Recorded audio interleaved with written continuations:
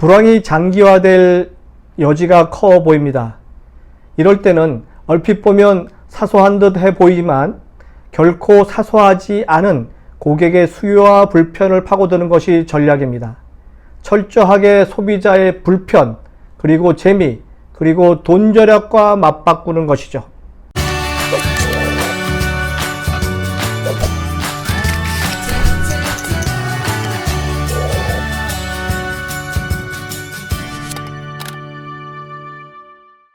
안녕하세요. 유통구단 김영호입니다.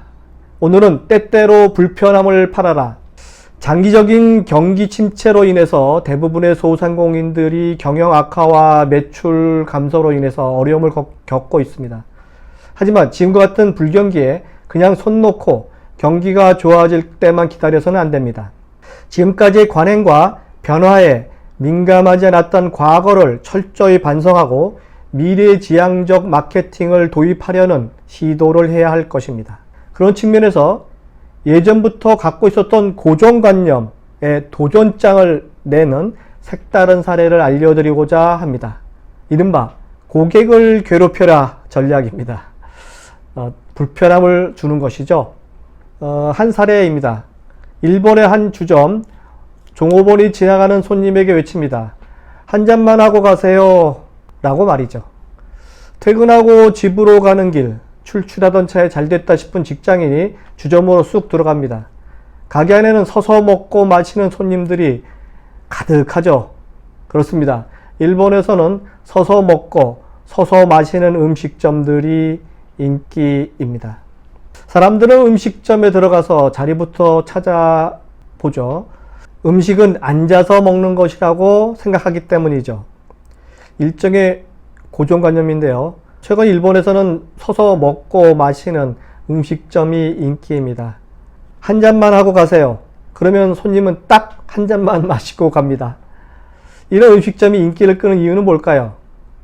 네, 경기 침체와 연관지어 생각할 수 있는데요.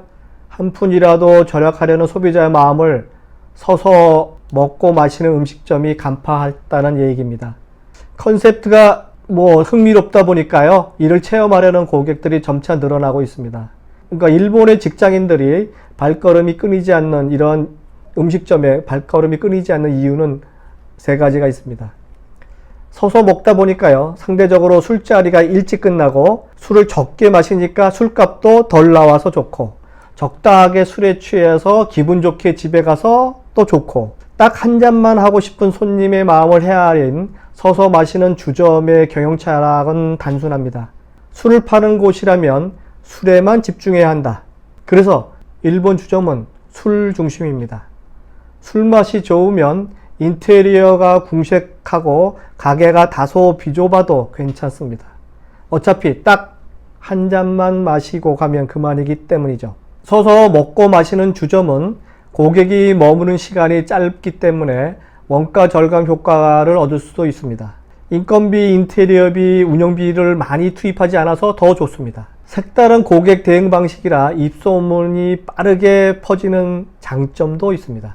이처럼 서서 마시는 주점은요, 서서 마시는 게 원칙이지만 일부 여성 고객이나 장애인을 위한 의자를 마련하기도 합니다. 이런 주점을 다녀온 분들은 선불로 안주를 시켜서 재미가 색다르고요. 옆 사람과 금방 친해질 수 있는 데다가 시장에 온 것 같은 분위기가 묘하다고 체험담을 늘어놓습니다. 일본에는 이처럼 서서 먹는 주점만 있는 것이 아니고요. 좌석 없이 서서 먹는 다찌구이 소바점도 유명합니다. 250엔, 500엔 손님을 끌어들일 수 있는 발상이 경기 침체를 타파하고 있는 것이죠. 500엔짜리 동전 하나로 식사를 해결할 수 있는 거죠. 무엇보다 다찌구이 소바점이 성공한 거는요, 회전율이 엄청 높기 때문에 이익을 극대화할 수 있다는 것이 장점입니다.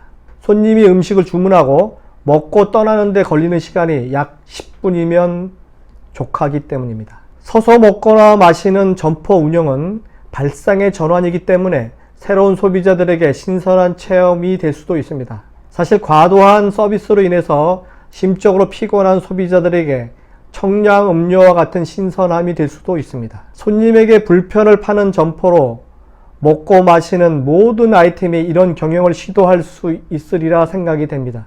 일주일에 한 번 혹은 한 달에 한 번이나 두 번은 미리 정해서 이런 서서 먹는 음식점을 찾아가는 것도 참 즐거운 또 체험일 것 같고요.